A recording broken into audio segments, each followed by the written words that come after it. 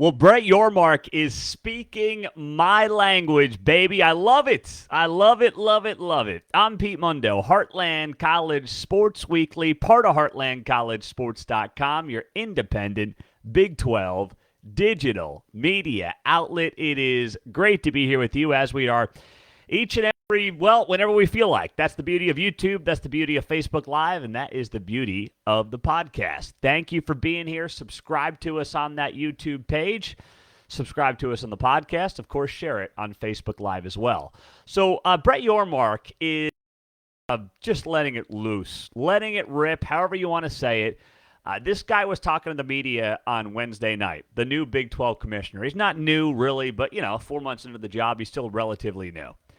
And he had a lot to say about a plethora of issues. First off, he said once again, the Big 12 is going to get into a fourth time zone, is what Brett Yormark had to say.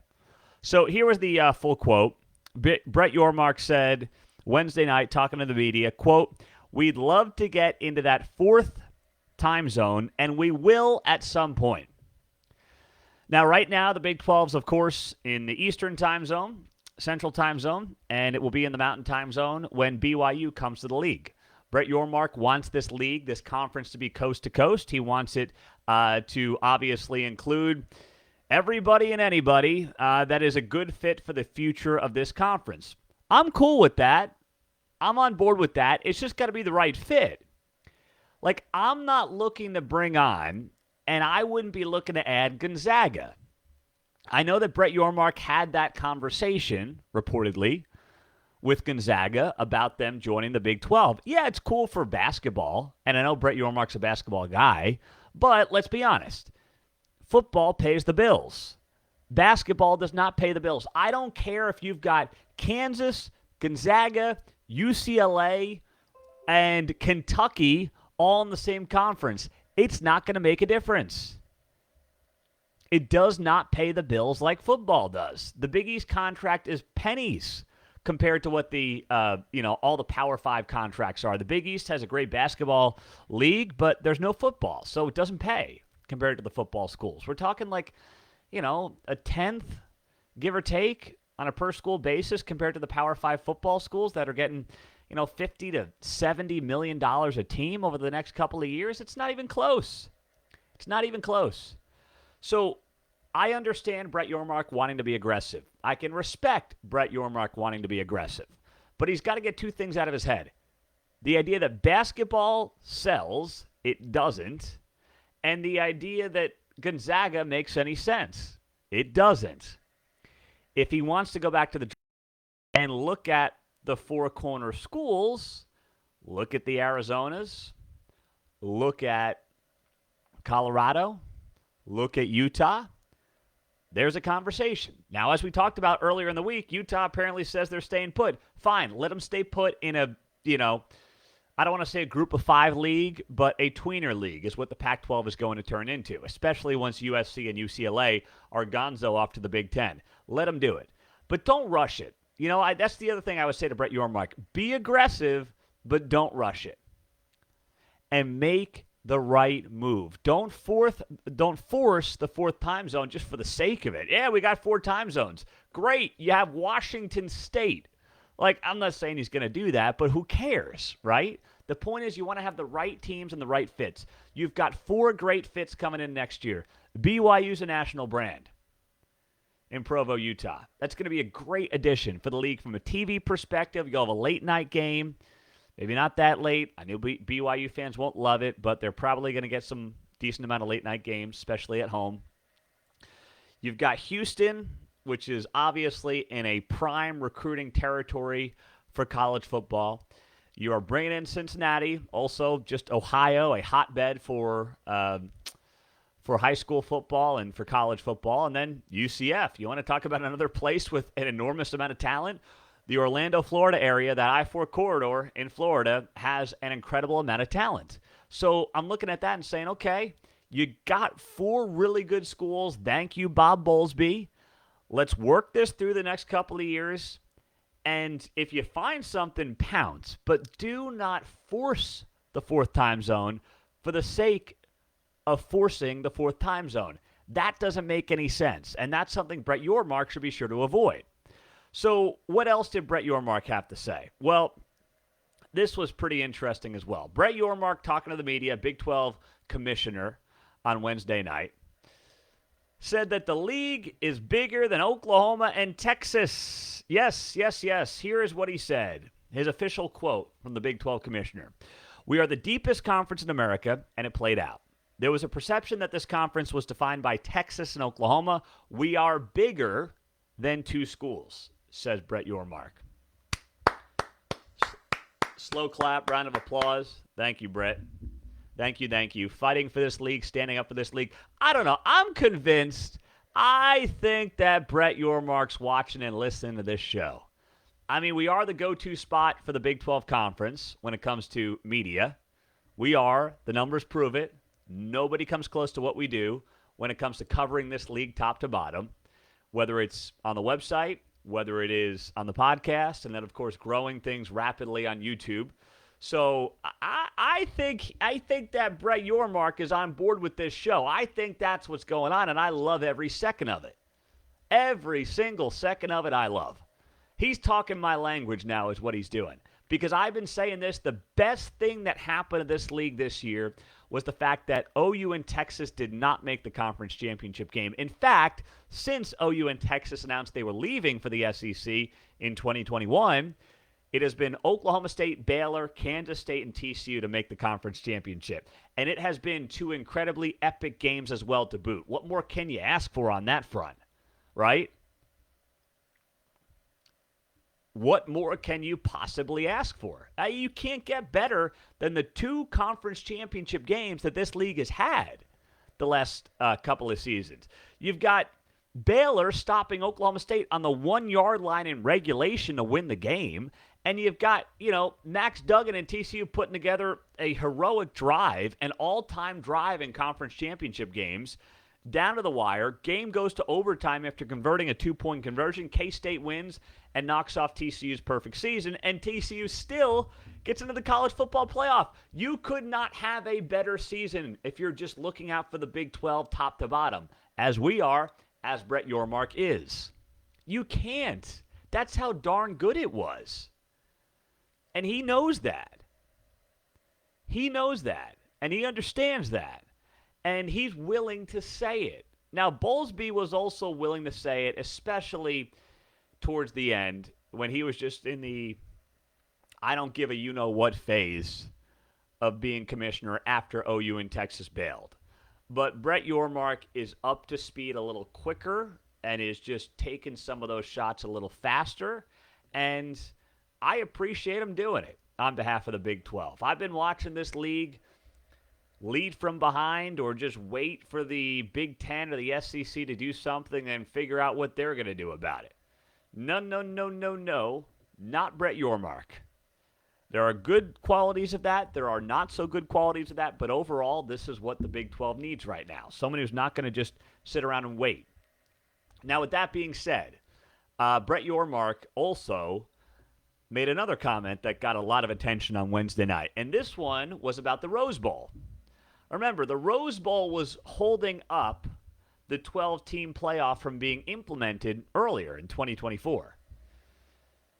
The Rose Bowl, shall we say, had some demands on the future of its game and the new contract.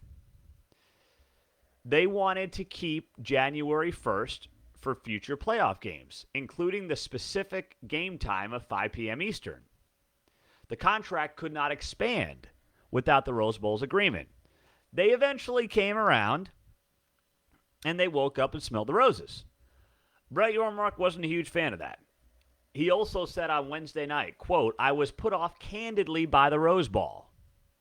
I don't believe in anyone putting themselves ahead of the sport. Woo, that got some blowback. And because of the Pac-12 ties, I just love it too. I do love everything about it secretly. So, listen, there's been a lot of pushback on that comment. I don't know why. He's right. The Rose Bowl, like many that cover college football, are stuck in 1975. I don't know about you, but I watch all the Big 12 bowl games. I love college football. I'm also a millennial. I'm in my mid-30s. The Rose Bowl historically means nothing to me. The Rose Bowl is usually a chance to watch a Big Ten team blow out a Pac-12 team, and it's over by 5 minutes left in the third quarter, give or take. The pomp and circumstance of the Rose Bowl is meaningless. It's not 1975.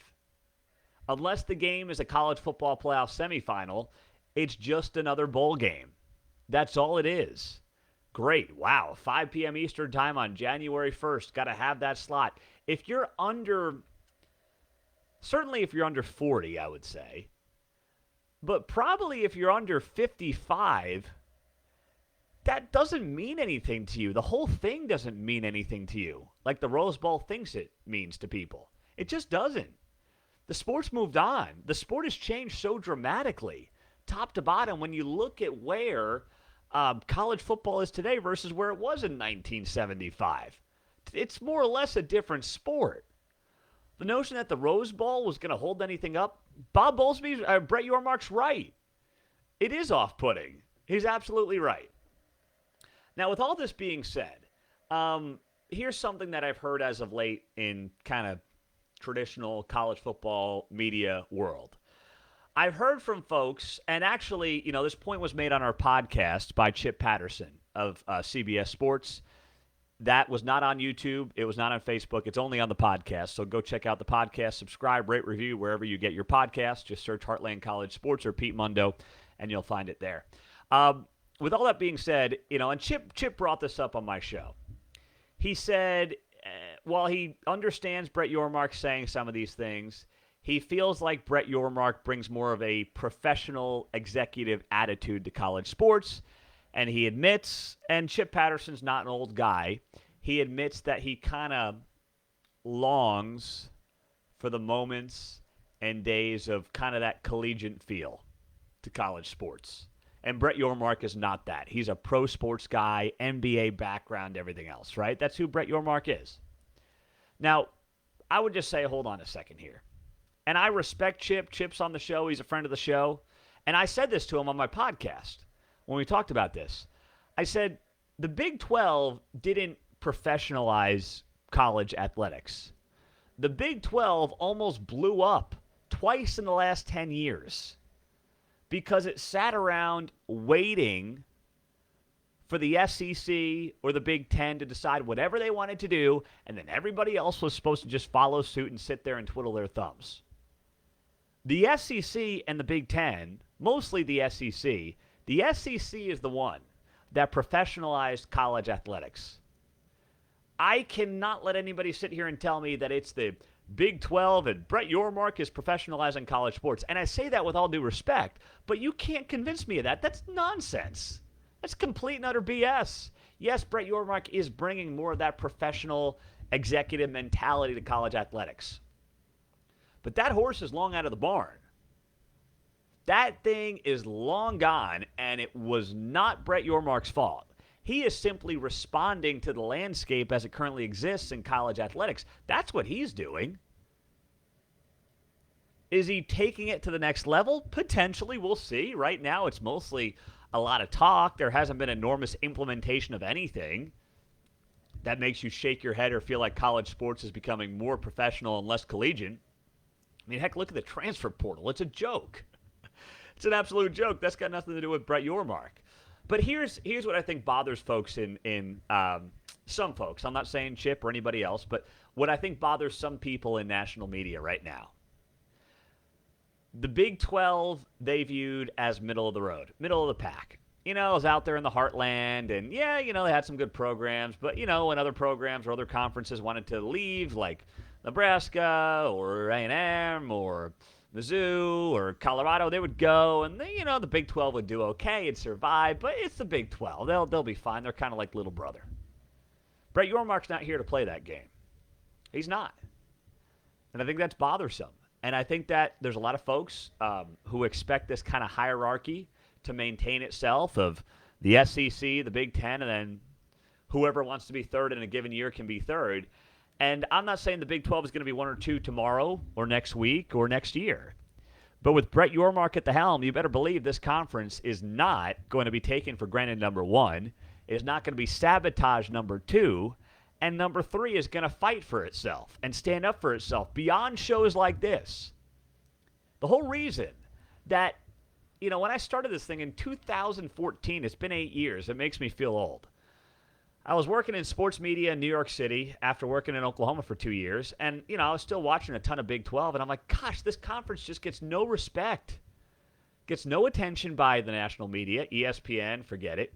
Gets no respect. Let's just start something here, start a website. And, it started off as basically me writing a blog about the Big 12.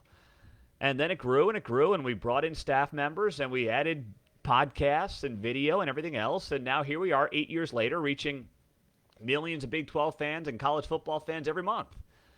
And it was just slow and steady. And, if you told me it'd take 8 years to get here, I don't know what I'd do or what I'd say at that time. But sometimes being naive and going into something blind is a good thing. But my point being, there were not a lot of us for the last decade fighting for this conference, including Bob Bowlesby, who I respect, who I think got a raw deal by a lot of fans as conference commissioner in terms of how he handled expansion or lack thereof. The Big 12 didn't expand 5 years ago because Texas didn't want to. Bob Bowlesby had to play that game. It wasn't his fault that OU and Texas then stabbed him in the back. But still, there were times when Bob Bowlesby was a little bit too much of a gentleman. The best Bob Bowlesby we got was when he was going to war with ESPN last year, threatening to sue him, and telling him to stick it where the sun don't shine. That was the best Bob Bowlesby. That was my guy. That guy I loved. And Brett Yormark is kind of coming in like a bull in the china shop. He's roughing it up. He's not going to kowtow to anybody. He's not going to sit there and play nice and play the game like national media want him to play about where the Big 12 should be in the pecking order. He is not here for that game. He is not putting up with that game. And I absolutely love it. Love every single thing about it. So with that being said, there was a lot of uproar over some of the comments made by Brett Yormark this week. And I just want to get on the show and tell you that we should all love it. If you're a Big 12 fan, love it, embrace it. And let's roll. Let's roll with Brett Yormark and see what he does. Just don't add Gonzaga. And please, Brett, do not add Gonzaga. I'm begging you here. Don't do it. Whew. Boy, oh boy. I'm Pete Mundo. HeartlandCollegeSports.com is how you find us every single day on the website. It is always good to be here with you. I hope you will subscribe to us on YouTube. You will share us on Facebook, subscribe, or just follow us on Twitter and Instagram and everywhere else. And, of course, the podcast is our bread and butter. Search Heartland College Sports wherever you get your podcasts and leave a 5-star rating and review. I'll flash it right now. I got these great Heartland College Sports koozies in the mail that you're looking at on YouTube and Facebook. I'm sending them out. I got a box of about 200 right here I'm sending out. If you leave us a rating and a review on the podcast and send me a screenshot to Pete Mundo, Mundo, at HeartlandCollegeSports.com. So thank you. Just reading some of the comments on Facebook. Kendall says the Rose Bowl blows. No complaints here. Sugar Bowl, Cotton Bowl are my favorite bowl games. Yep. Oftentimes, obviously, involve a Big 12 team. Elijah, Brett Yormark's not holding any punches. I'm here for it. Absolutely agree. Jim says, Pete, you promised a bigger K-State sign on your wall if we won the Big 12 championship. All right, Jim, you're right. I have got to get a bigger sign for Kansas State. Give me a little time, Jim. All right, let me get through can I get through the holidays, Jim? Can you work with me here, buddy? Let me get through the holidays. Got the kids traveling to see family. Let me get through the holidays, and in the new year, football's over, things slow down. I will get a bigger K-State sign than what you're seeing over my left shoulder there. All right, we good with that? You're right, though. I did say to K-State fans I get a bigger sign than what they're seeing here if they won the Big 12 title, and they did. So I'm a man of my word. That's all I got. If I don't have my word doing what I do, I've got nothing. So have a great day. We appreciate you guys being here, being a part of the show. Share it with your friends, with your family. That's what I would ask for Christmas. All right, share this show. I don't care who you're a fan of. If you're a Big 12 fan, if you follow a Big 12 team, please do share this show. Thank you, thank you, thank you. Have a great, great day, and we'll talk to you guys soon. Take care.